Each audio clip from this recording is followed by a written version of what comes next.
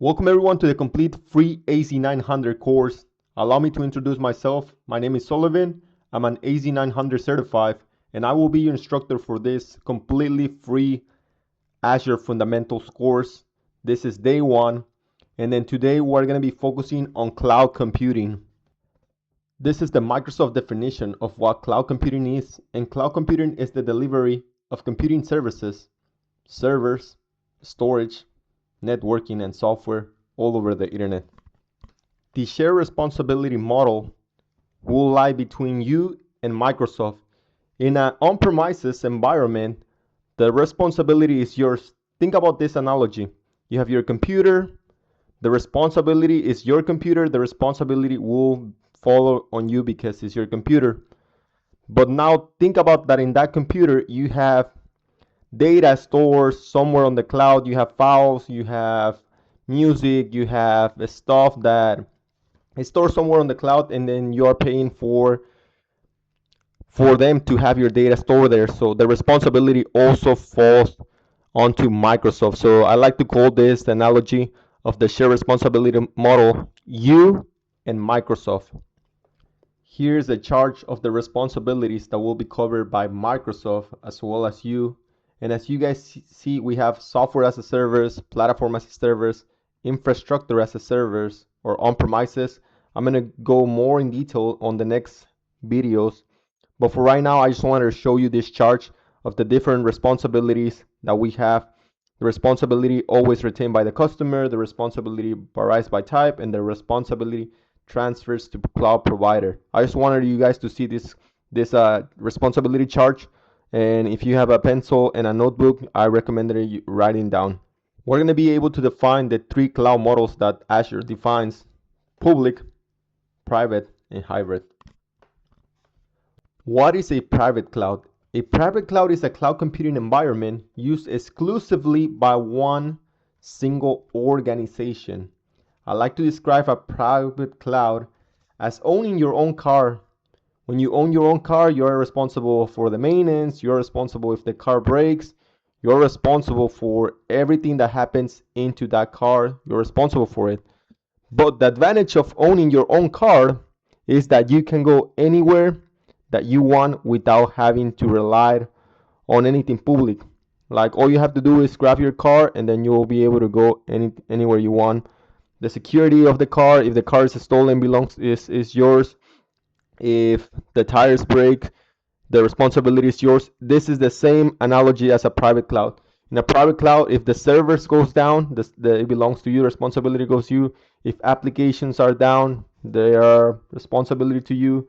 If resources are missing, if the security of the private cloud is missing, is the responsibility all on yours. So I like to use the analogy here of owning your own car comparing to a private cloud that is the same thing as having something private.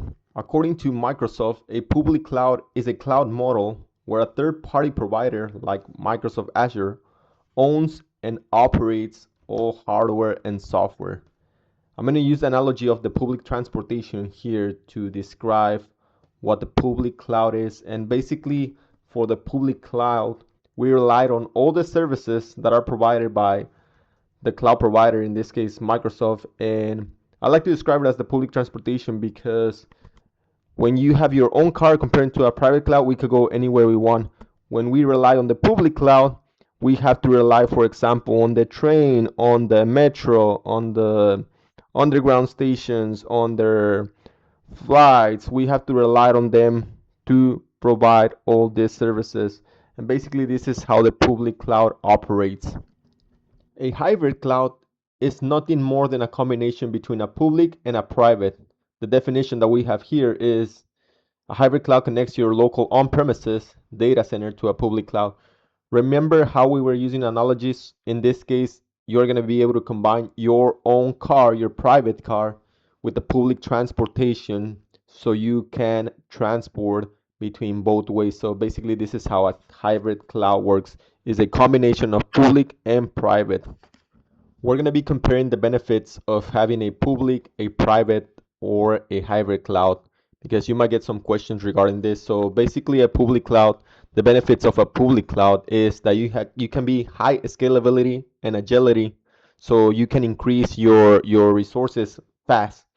You can access globally, so the benefit of a public cloud is that you can be anywhere in the world and you can access it. And this is ideal. A public cloud is ideal for the startups, rapid testing variables, or non-critical apps. A private cloud, the benefits of a private cloud is that you have more security of your data, you compliance more, you can predict performance, you have more predictable performance, and this is ideal for financial, healthcare, government, critical data. They need to be compliant with all this, so a private cloud I think is the best for them. And a hybrid cloud, it's the best because it balances both of the worlds. It balances between a hybrid and a public cloud at the same time. So this is ideal for businesses with legacy systems. It fluctuates the demand, and then it's good for security, and also it can be scalable at the same time. So hybrid cloud is the best combination because it gives you part of both of the worlds between private and public. We're gonna do a quick navigation through the Azure portal, so you can see exactly what Azure is on this course. And basically it's a public platform that allows you to do multiple stuff. So right here I have my resources, which we're gonna learn more in the future of this course. I can create I can monitor stuff, I can create virtual machines, I can I can do Microsoft Entra ID, which I'm going to show you what Microsoft Entra ID does because it will be required for this course. I can do Azure Local. I can use NAT gateways, which all of this stuff we're going to learn through this course. I just wanted to give you a quick tour towards Microsoft Azure, and then we have the Cloud Shell, which we're also going to learn. And I just wanted to give you a quick tour for the Azure portal. The consumption-based model is something that you're going to see on the AZ-900 certification. And the consumption-based model means that you only pay for the cloud resources you use. There are no upfront costs. Remember this. This is key. There are no upfront costs. You are only going to pay for the resources you use. This is basically what this means. One of the things that you should be able to do, for the AZ-900, you should be able to compare cloud pricing models. It's one of the topics that is on the AZ-900. And I want to mention one thing, that there are three primary pricing models. And the first one is consumption-based, only you pay as you go. The commitment-based, this is Azure Reserve instances, which sometimes can be cheaper depending on the situation, because you will do like a commitment between 1 or 3 years. And then you have the spot pricing, which is mainly designed for Azure Spot virtual machines. So these are the three primary pricing model. Remember, pay as you go, commitment based, and spot pricing. And I'm going to show you how to use the Azure pricing calculator for you to be able to do all of this stuff. So we'll see that on the next slide. Prices for cloud. So right here, we're under this Microsoft pricing calculator, and I'm going to show you how to estimate cost. So you're going to select this on estimate cost. I'm going to leave the link on the description. And this is going to bring the pricing calculator. We're going to learn about this in more in the future, but the pricing calculator allows you to compare prices for different things. So for example, if I scroll down, I can add an estimate of like virtual machines, like if I'm going to select virtual machines, it gives me the cost of like how much it will be. So if depending on what I need is what I'm going to get the final cost of the things that it will be priced here. For the AZ-900, you have to be able to describe serverless. And serverless in Azure, serverless is a cloud computing model where Microsoft automatically provisions, scales, and manage the infrastructure. I like to put this note right here that says a cloud model where Azure manages the servers for you. So basically, Microsoft is in charge of the servers. You don't have to worry about none of the stuff. Microsoft will be in charge of the servers. That's why it's called serverless.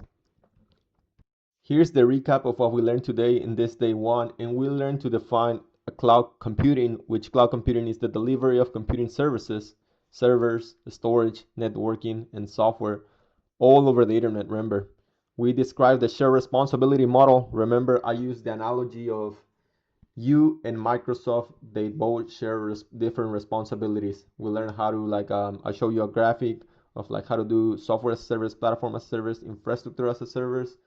We learn how to define cloud models, including public. Remember the analogy of the public transportation, private, which was the analogy of driving your own car, and hybrid, combining your own car with the public transportation. And then we learn how to identify appropriate use of cases for each cloud model. So for example, for the private cloud model, we learned that that was used mainly for government institutions, financial institutions, hospitals, anything where data is important, where they want to have the data private. We learned that the public is for companies that are starting, companies that don't care too much, they just want to be visible. And we learn about a hybrid, which is a combination of both of these worlds. I also show you the how to describe the consumption-based model, and that base model is basically pay as you go. You only pay for the resources you use. I teach you how to compare cloud pricing models using the pricing calculator and using the three models that we learned. And then I show you what service list means, and service list is on the name that it's just servers without you relying on service. Microsoft will be in charge of all of that stuff. So as I mentioned in the course introductions, that at the end of every day we're going to do 5 to 10 practice questions, and here are the 5 to 10 practice questions for you to be able to pass your AZ-900 certification.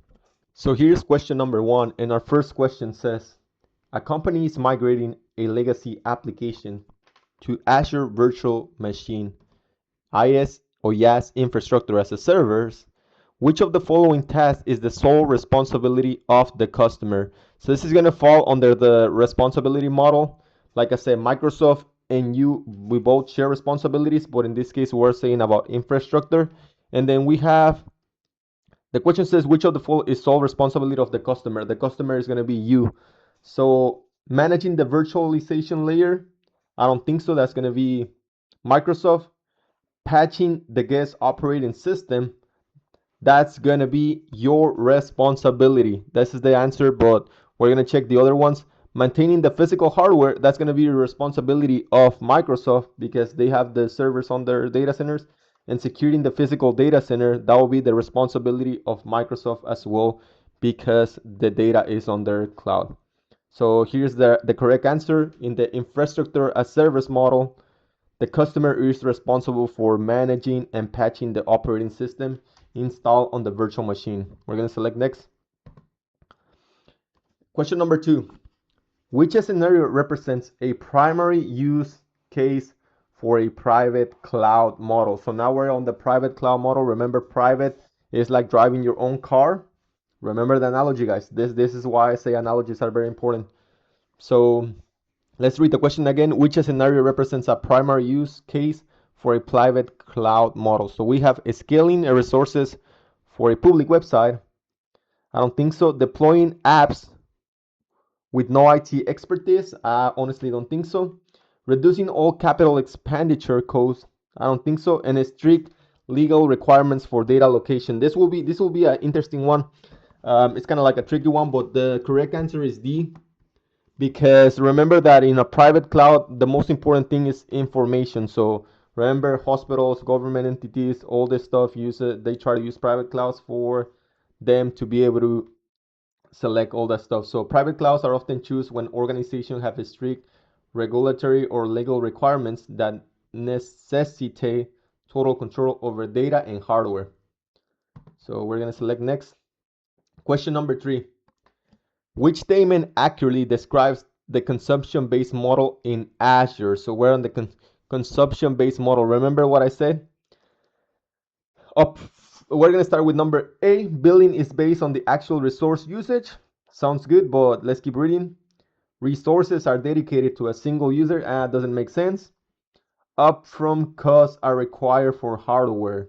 That totally doesn't make sense because upfront costs are not required. User pay a fixed monthly subscription fee. Remember, for a consumption-based model, you only pay for what you use. So this makes sense, but what makes the most sense is this: billing is based on the actual resource use. Because remember, subscription based is like they're gonna charge you a subscription, like, oh, let's say $50 a month. But in the consumption-based model, we only are going to pay for what we use. So billing is based on the actual resource usage. Next, when comparing pricing models, which term refers to the money spent on the physical infrastructure up front? So I don't think we have covered this yet, but the correct answer is capex. We're gonna cover more of this on the next episode. So the capex is the upfront investment in physical access like servers and networking gear, which is then depreciated over time. Don't worry too much about this question, but because we haven't covered, we're gonna cover more on detail on the future. So, which of the following key characteristics is a key characteristic of serviceless computing? Remember, serviceless is something that Microsoft manages.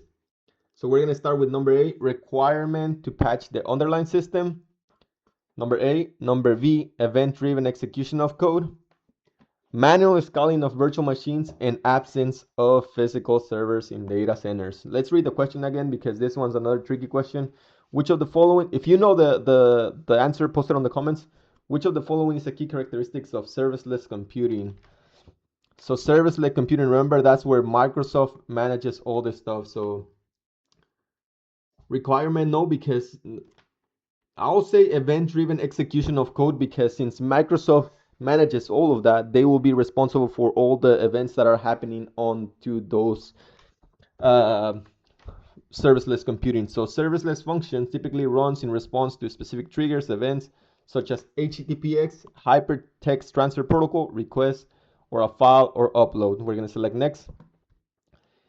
In the shared responsibility model, we'll learn about that.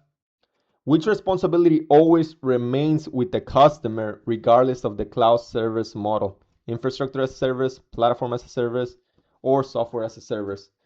This is something very important, guys, that you guys should understand. So one of the things that the customer is always going to be responsible is for the information and the data. The customer is always responsible for the information and the data they put into the cloud and identities they manage. So always being aware that the data you put into the cloud is going to be your responsibility for managing. A company uses on-premises, that's on they own that data center for its highly sensitive data, but uses Azure to host its public-facing marketing side. Which cloud are they using? Remember, we learned about three types of cloud. We learned about the hybrid cloud, the private cloud, the public cloud. We didn't learn about multi-cloud, but multi-cloud is not the answer. So private cloud is only like you have full control of everything.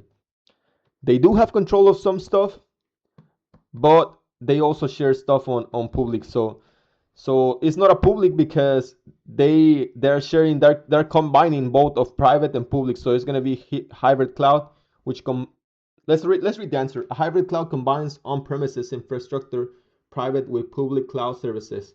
Basically, like I said, a private is private, a public is like you can share, and in this case we have both. We are sharing and then we have our private stuff.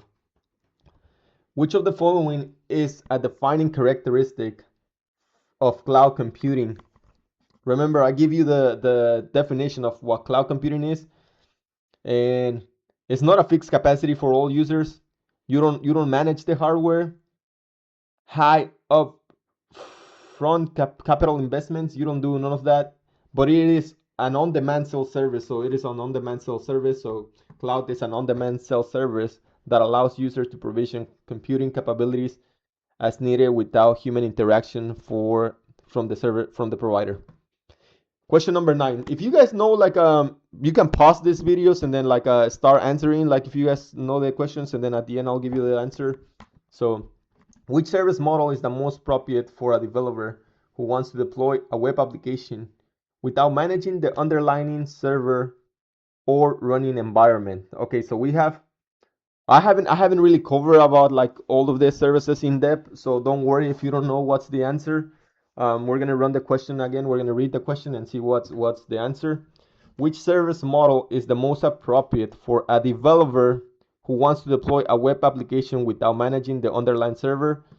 So here the keywords are developer and web application. So when you see these words, majority of the time is going to be platform as a service because that's what developer use. So platform as a service is a framework for developers to build and deploy applications without managing the underlying infrastructure. So last question, question number 10. What is the major advantage of the public cloud over the private cloud?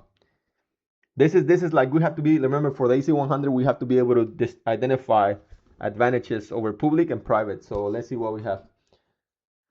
Major advantage of the public cloud model over the private. So no requirement for internet. You do need internet. If you didn't have internet, you won't be able to connect. So that's not an advantage. High reliability and scalability. Yes, it is if your internet is working. Complete control over hardware. You don't have control over none of the hardware. And lower security risk.